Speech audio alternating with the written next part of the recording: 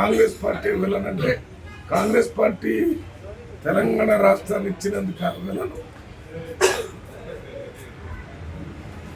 తెలంగాణ ప్రజల కోసం ప్రత్యేక రాష్ట్రాన్ని ఏర్పాటు చేసినందుక వెళ్ళను.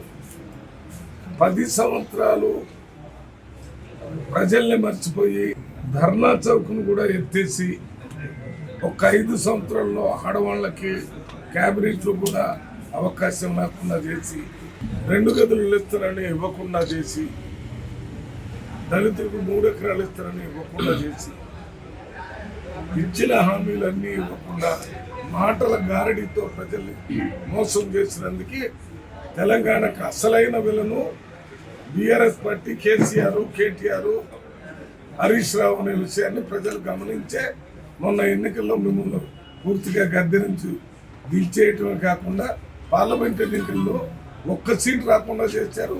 7 సీట్లలో డిపాజిట్ లేకుండా కూడా చేశారు. అందుకని ఎవరు వెళ్ళరనే విషయాన్ని ప్రజలే నిర్ణయించారు.